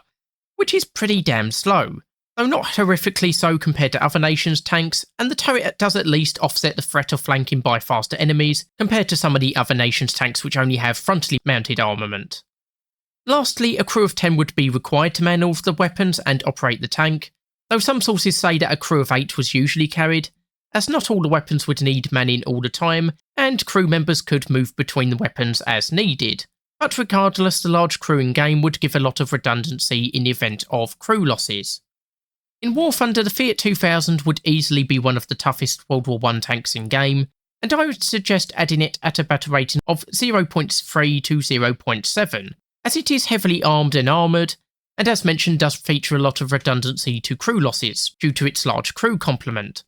And while let down by its slow speed, I think the Fiat 2000 would be a popular tank to use in the very early tiers, and would quickly become a fan favourite. In real life, only 2 Fiat 2000 would be made, and while one of these was available during World War I, it didn't see combat service in the conflict. But after World War I they were sent to fight in Libya, but due to their low speed they seem to have missed out on any combat. Later on, one would be modified with more modern weapons, but we shall leave that tank for an episode looking at interwar Italian tanks. Ultimately, what killed the Fiat 2000 project in the end was the availability of French tanks, starting initially with one Schneider CA1 which was used for training, and later on in 1918 4 French Renault FT-17 light tanks were sent, these being armed with a mix of 37mm guns and machine guns, and the Italians were impressed enough with these tanks that they set about producing their own version, though some of the existing FT-17s saw service in Libya post-war. Now, before we move on to the Italian copy, I'd like to quickly look at a modification of one of these FT-17s, which became the Semavente 105/14, which was based on one of these 4 Renault FT-17s. The new main armament is a 105mm howitzer, and this is placed where the turret and superstructure used to be, and uniquely it is pointed backwards, which does introduce the hassle of having to turn the vehicle around to engage enemies, and potentially leaves you vulnerable to enemies when you're travelling towards them. However, the 105mm howitzer is capable of firing AP and HE shells, and these are much more capable of destroying enemy tanks than the original armament, as few enemies will be able to withstand the effects of incoming fire from this gun, though ammunition will also be limited as it was intended to be carried by a separate vehicle. And as you can see in the picture, this does come at the cost of armour. Like I said, if you're already travelling towards the enemy and they manage to get a shot on you, they're going to quickly kill all of the gun crew, so this vehicle's probably going to excel more in ambush situations where there will be at least a little bit of cover from enemy machine gun fire via the gun shield. But like I say, generally your main aim is going to be avoiding enemy fire at all cost, although at least the driver still appears to be protected by the original armour. Speed and crew complement would likely be a little bit different from the FT-17, as the Semavente 105/14 is no doubt heavier, resulting in slower speeds, while the crew complement will now probably be nearer to 3 or 4, 1 to drive the tank and 2 or 3 to man the gun. In real life this remained a one-off prototype, but in game I could see this being a 0.3 vehicle, as its powerful gun will make short work of most enemies, especially like I said in ambush situations, where its weak points like the lack of armour, rear-facing armament and slow speed will be a much lesser issue, and I could see skilled players having some success with this SPG. So like I say, that was a modification of one of the FT-17s, but like I mentioned earlier, Italy produced their own version of the FT-17, this being the Fiat 3000. Now this isn't a straight copy and it's got quite a few big differences. For example, the weight is reduced from 6.5 to 5.5 tonnes, and it is fitted with a new more powerful engine of 50 horsepower, resulting in a top speed of 13.6 miles per hour or 22 kilometers an hour, compared to the original FT-17's top speed of 5 miles per hour or 8 kilometers an hour. So the Fiat 3000 is a much faster vehicle than the tank it is based on. Unfortunately, there is a massive downgrade in the armament, which is now only two 6.5mm machine guns, severely limiting its effectiveness against enemy tanks, though AP bullets can still pose a threat in some cases. Meanwhile, the armour is a respectable 16mm for the front and sides, while the crew remains at 2, a driver in the hull and a commander in the turret. Overall, 150 of these tanks would be built, and it can be considered one of the better designs of the early 1920s. With its good mix of speed and armour, and while its armament is lacklustre in game, in real life it was more than enough to deal with enemies in the Italian colonies, especially since they lacked any anti-tank weapons. In War Thunder, the Fiat 3000 would have to go at 0.0 just on account of the machine gun armament, but I could see it being successful in flanking attacks, this being made possible due to its quick speed, though of course it would suffer in any head-on engagements. The Fiat 3000 would go on to see service in Libya and the Italian invasion of Ethiopia, with a few of these even seeing service in World War II, and it would go through a variety of upgrades during the 1920s. But again, like with the Fiat 2000, we will cover these in an episode looking at Italian interwar tanks.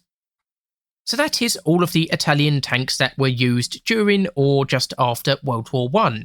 I'd be interested to hear your views on these tanks, as well as any other tanks you'd like me to cover. I've been Toreno, and I'll see you next time.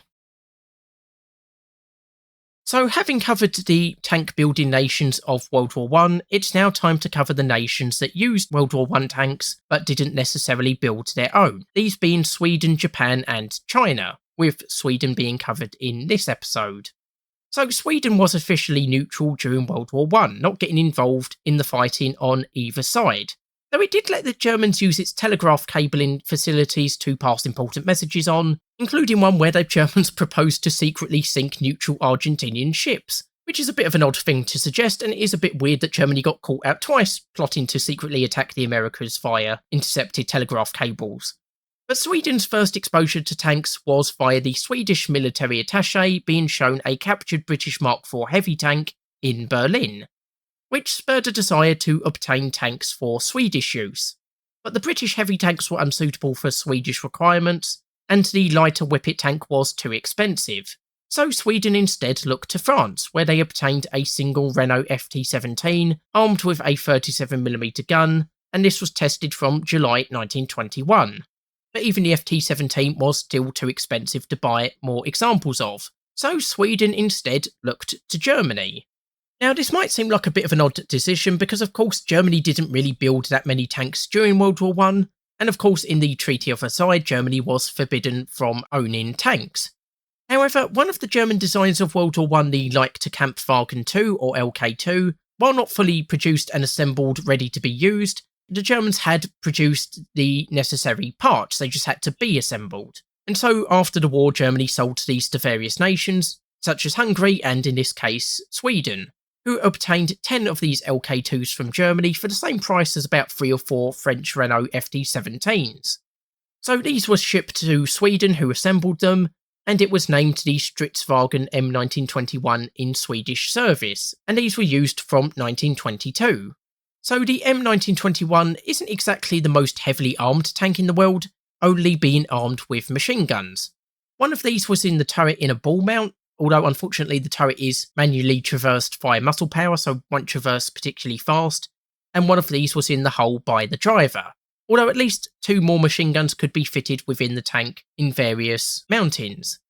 The armour wasn't the worst in the world, about 12 to 14mm, but it does use rivets, which in theory does make it a bit more vulnerable to enemy fire, and it was decently fast, having a Daimler-Benz 55 horsepower engine giving a top speed of 10 miles per hour or 16 kilometers an hour. And it also had a crew of, well, technically 2 to 4, because you needed 2 at a minimum, the driver in the hull and a gunner in the turret, but officially you could carry at least 2 more men, making the total crew 4, because like I said earlier, you could mount various machine guns in different mountings within the tank. So it carried about 2 to 4 crew depending on the amount of weaponry being carried. Now of course the M1921, being a machine gun armed only tank, would be a 0.0 tank, but it would be a decent tank. You know, it's decently fast, it's got decent armour, and the machine guns can be useful when armed with armour-piercing bullets, but of course would struggle a little bit against higher tier tanks. Of course, Sweden did recognise that they probably weren't the best tanks in the world, although they were a good starting point, and so they decided to upgrade 5 of these tanks in 1929, this becoming the Stridsvagen M21-29. And these were now armed with a 37mm gun capable of firing HE shells. Initially, one of these was armed with the 37mm gun from the FT-17, but the rest were armed with Skoda 37mm guns. But unfortunately, there's no photos of the M21-29 with these 37mm guns, so it's a little bit unknown what guns they were using exactly, other than that they were Skoda 37mm guns. Possibly the infantry Scout M15, which was basically a trench gun along the same lines as the French 37mm gun. And so it's not going to have the best muzzle velocity in the world, and so it's probably not going to be massively useful against enemy tanks, though in theory it should be a little bit more useful than the machine guns. It was also fitted with a new Scania Vabis 85 horsepower engine, giving a new top speed of 11 miles per hour or 16 kilometers an hour. So 1 mile per hour or 2 kilometers an hour better than the M1921. And other than that, there wasn't too many other changes, and these were kept around at least until the late 1930s, although they would never actually see any combat in Swedish service. And so, yeah, that is basically all of the Swedish tanks of World War I. Like I said at the beginning, Sweden didn't produce its own tanks domestically, at least not until the interwar period. But the FT-17 would be a decent light tank for the Swedes, and the M1921 and 2129 would also be decent starter tanks for Sweden and would allow it to be represented in the World War I period. And I'd also be interested to hear your comments about these tanks, whether you're looking forward to them or any other suggestions for Swedish World War I tanks I might have missed. I've been Toreno, and I'll see you next time. So continuing our look at World War I tanks that I would like to see added to War Thunder, it's now time to take a look at some of the tanks used by Japan. So Japan was involved in World War I, but it was mainly involved in clearing German and Austro-Hungarian forces from the Pacific and China region, and these territories were given to Japan, including the Chinese region ones, which did annoy China at the time, but there wasn't really much they could do about it. They did also send naval forces to the Mediterranean, where they engaged German and Austro-Hungarian naval forces, but there was no large-scale deployment of troops to the Western Front. So Japan missed out on the initial development of tanks. So when it first started to build up its tank forces, it had to use imported models from the Allied nations. The first of these tanks that Japan received was a single British Mark IV female heavy tank, and this arrived in October 1918, so before the war ended. But as you might tell from the female designation, this means it was only armed with machine guns. So it had 5 7.7mm machine guns rather than the 2 57mm cannons of male variants.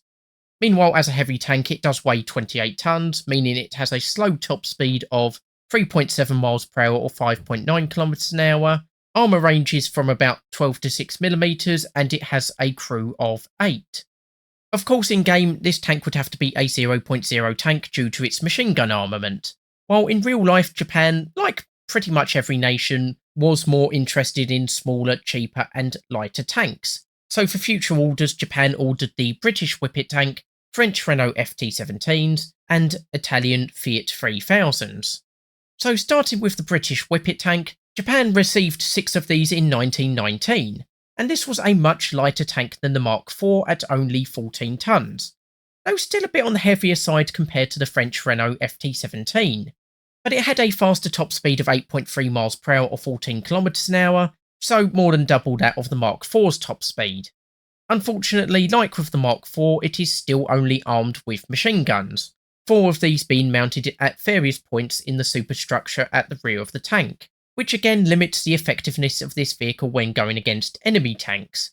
while the armour ranges from about 6 to 14mm and a crew of 3 operated the tank.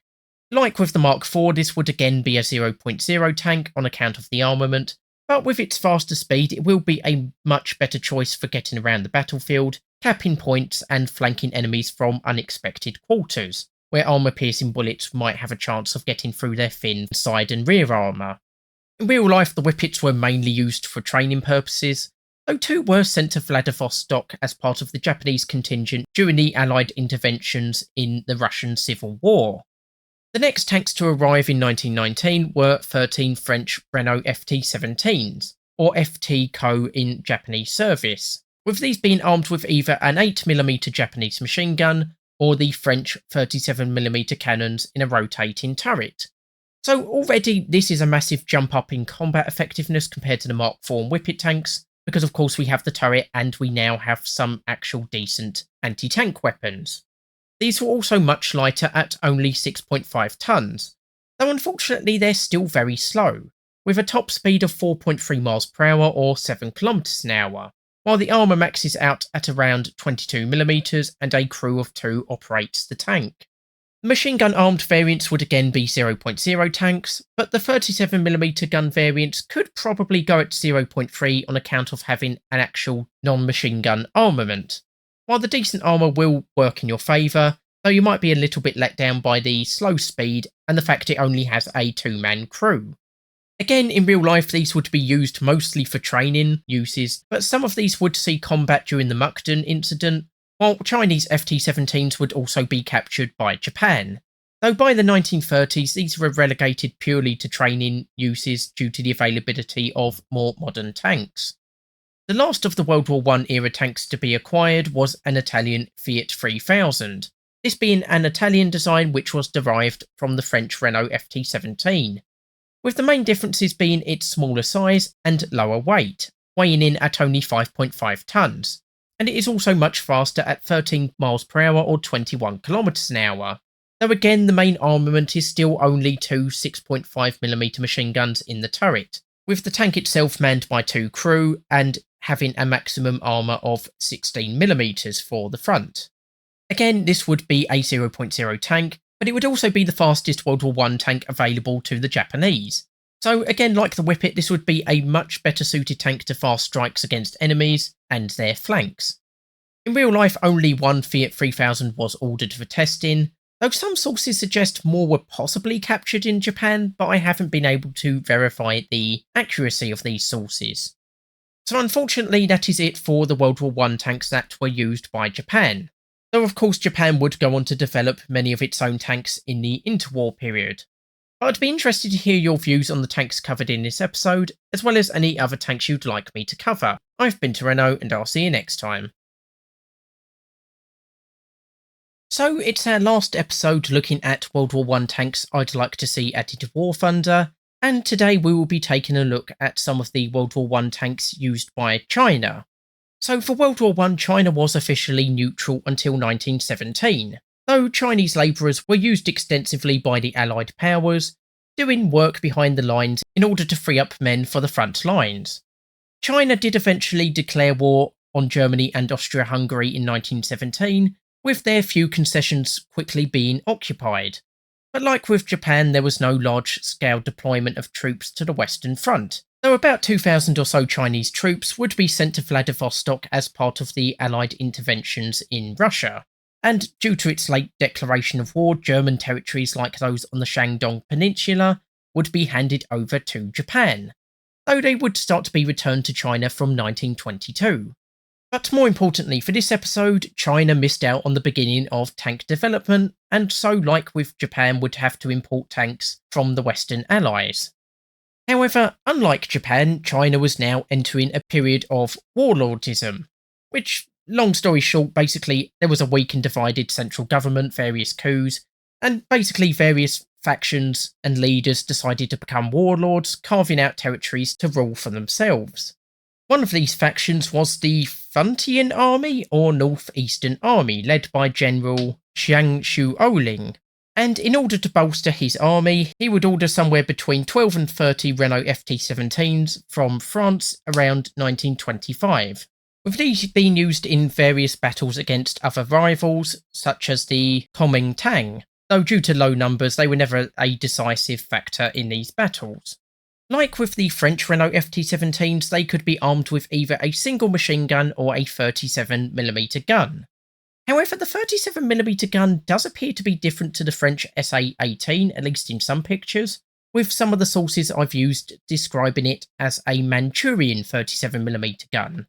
Unfortunately, I haven't been able to find an exact designation, though perhaps some Japanese Type 11 37mm guns could have potentially have been obtained at some point, though this is just speculation on my part. That said, if the barrel is a bit longer leading to higher muzzle velocities, it should in theory be a little bit better than the French 37mm gun, though I suspect the improvements would be marginal at best. Other than that, it would have a 2-man crew, a slow speed of around 4.3 miles per hour or 7 kilometers an hour, and a maximum armour thickness of 22mm. In War Thunder, the machine gun variants would be placed at battle rating 0.0, with the 37mm gun variants being at battle rating 0.3, with the tank itself being fairly slow, potentially underarmed, but decently armoured, and it would make a good start for the Chinese tech tree, at least with regards to World War I tanks.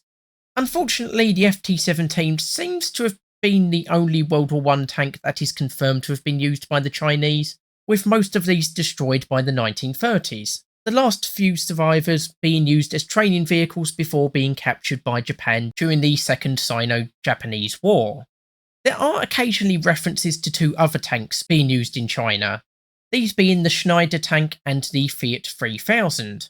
For the French Schneider, I personally doubt the veracity of these claims and have yet to see any conclusive proof of their presence in China, while the Italian Fiat 3000 seems a bit more likely, though again I've yet to see any concrete proof of this.